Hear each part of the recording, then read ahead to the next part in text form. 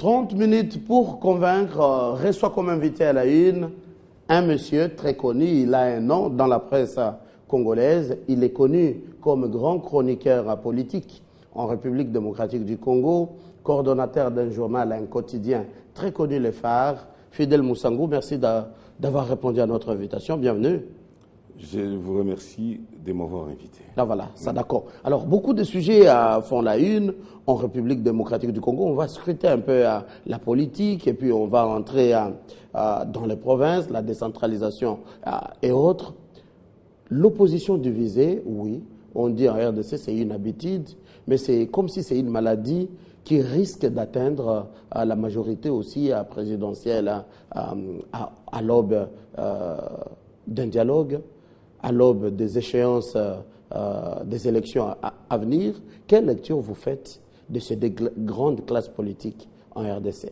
Vous savez, quand vous regardez l'histoire de la vie politique de ce pays, il y a une évolution très remarquable. Bon, on dit que c'est une tradition congolaise, que les gens créent un parti politique, après ils se disputent, ça devient MNC A, MNC B, ainsi de suite. Voilà. Ça fait partie de notre culture qui est riche. Au moins, nous ne recourons pas aux armes pour régler le problème. Chaque fois que les armes ont crépité, c'est par la faute de nos partenaires occidentaux. C'est toujours eux qui mettent le feu de l'huile sur le feu, et puis ils sont les premiers à prendre la clé des champs. Quand c'est entre nous, on peut se chamailler.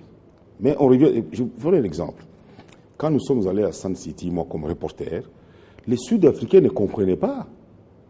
Même tous les Rwandais, Ougandais qui avaient planté leur esprit ne comprenaient pas que le soir, les Congolais étaient en train de boire, de danser. Tous dans un même bar.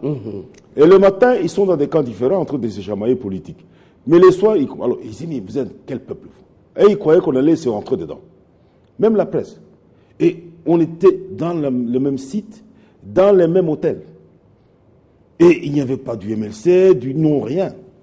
Je me rappelle souvent, je vais donner un exemple. Bizi Makara, lui, il avait une distillerie.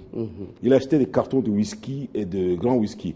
Et le soir, chez Bizi Makara, c'était une distillerie. On trouvait les Camérés, les Katumba, les Samba, Caputo, tout le monde, les Mbouyou, tout le monde là-bas. Les gens du MLC, en train de boire. Une fois, je m'aventure chez Bémet, arrivé par hasard, dans sa chambre, je rentre, qui je vois, Vital, Samba, avec un verre de whisky. Et puis, ils envoient, je vais dire le nom, le pasteur Ngoy Mulunda, leur chercher des petites viandes quelque part à San Village. Mais c'est un spectacle qui m'a étonné. Et j'ai retenu cela. Même maintenant, ce qui est maintenant une évolution, c'est le fait que la classe politique est en train de chercher une nouvelle majorité. Donc, vous avez des réunions informelles entre les gens de la majorité et de la soi-disant opposition. En fait, ils cherchent une nouvelle majorité pour gouverner. Et ils disent, cette fois-ci, nous y allons tous. Et c'est ça ma préoccupation. Oui. Est-ce possible l'émergence d'une nouvelle classe politique, d'une nouvelle majorité présidentielle en RDC? Elle a toujours existé. À l'époque de l'Union sacrée de l'opposition radicale avec l'FPC, mais quand on devait changer de Premier ministre, on prenait quelqu'un, mais prenait des ministres de l'autre côté. Ah voilà. Tshisekedi l'a fait.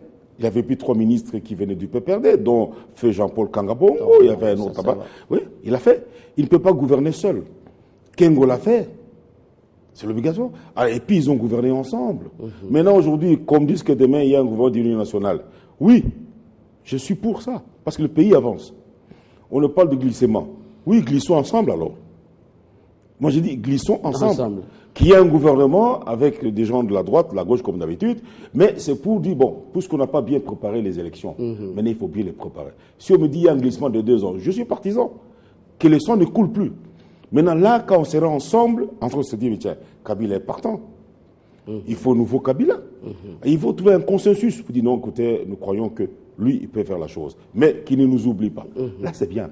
Mais si on y va avec la haine, qui n'a pas de sens dans le climat politique congolais, alors là, je suis pas contre. Parce que et c'est peut-être là où il y a des questions taboues.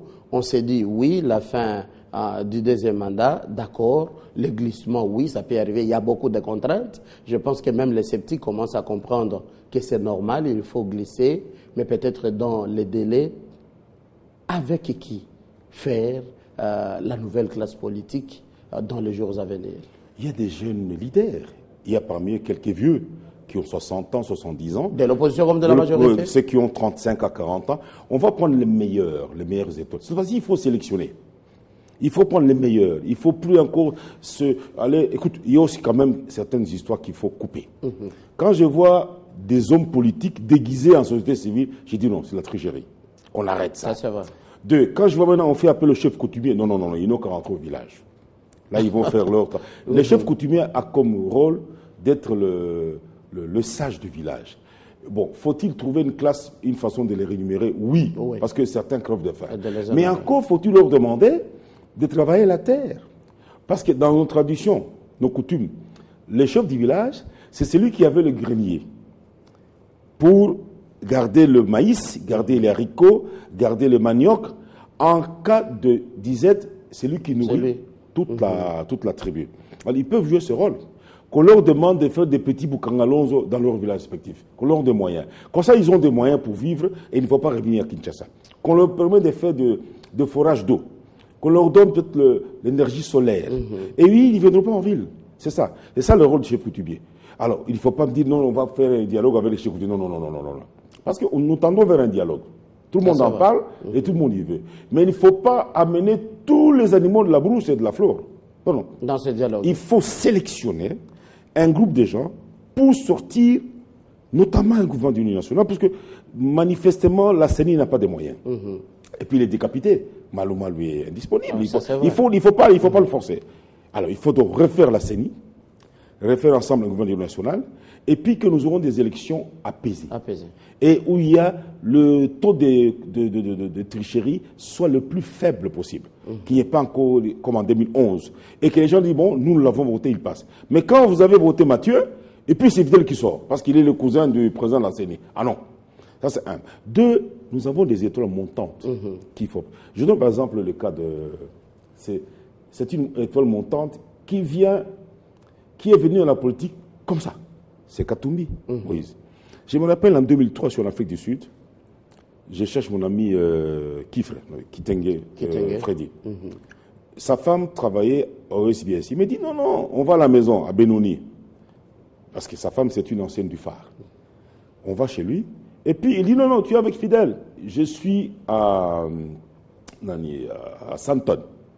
Alors on nous envoie les véhicules. Nous quittons Benoni qui se trouve à 52 km du centre de Jobourg. Nous traversons, on arrive là-bas. Je vois Kitenge qui me reçoit, on s'embrasse, comment ça va, tout ça. Et puis il était en train de voir un film. Quel est le film? C'est la visite de Katumbi chez Joseph Kabila. Je dis, on n'a pas arrêté par hasard. Il dit qui? Moïse. Parce qu'il était en exil avec son frère. On dit, on va l'avoir arrêté. Il dit, retourne-toi. Je me retourne, je vois Moïse. Il dit, mais, Bamuloko, qu'est-ce qui se passe? Il dit, je viens de Kinshasa. Alors on s'embrasse, on parle. Je dis, mais tu as rallié l'autre? Non. Il me raconte comment il a été amené chez Kabila. C'est par Katumba Augustin. Il avait une créance de millions de dollars sur le Congo. Il est menacé de saisir les comptes. Katumba dit non, nous allons régler ce problème entre Congolais. Je vais essayer de plaider ta cause auprès du président.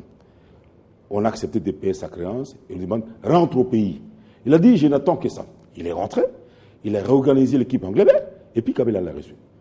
Et automatiquement, Kabila l'a adopté. Toute la famille présidentielle l'a adopté. Nous sommes en 2003. 2004, je vais à Lumbashi, il est là, il récupère ses affaires, il remonte au Anglebert. 2005, il va aux élections, il les gagne haut la main. En tout cas. Alors maintenant, au Katanga, on se dit, tiens, mais c'est un commerçant. Est-ce qu'un commerçant peut devenir politicien? D'un homme d'affaires à l'homme politique. Mais finalement, on trouve qu'il a un pied politique. Alors on se dit, mais comment il va s'y prendre? Et oh là là, il passe gouverneur. Et comment il passe gouverneur? Quand vous lisez les livres de Katumba,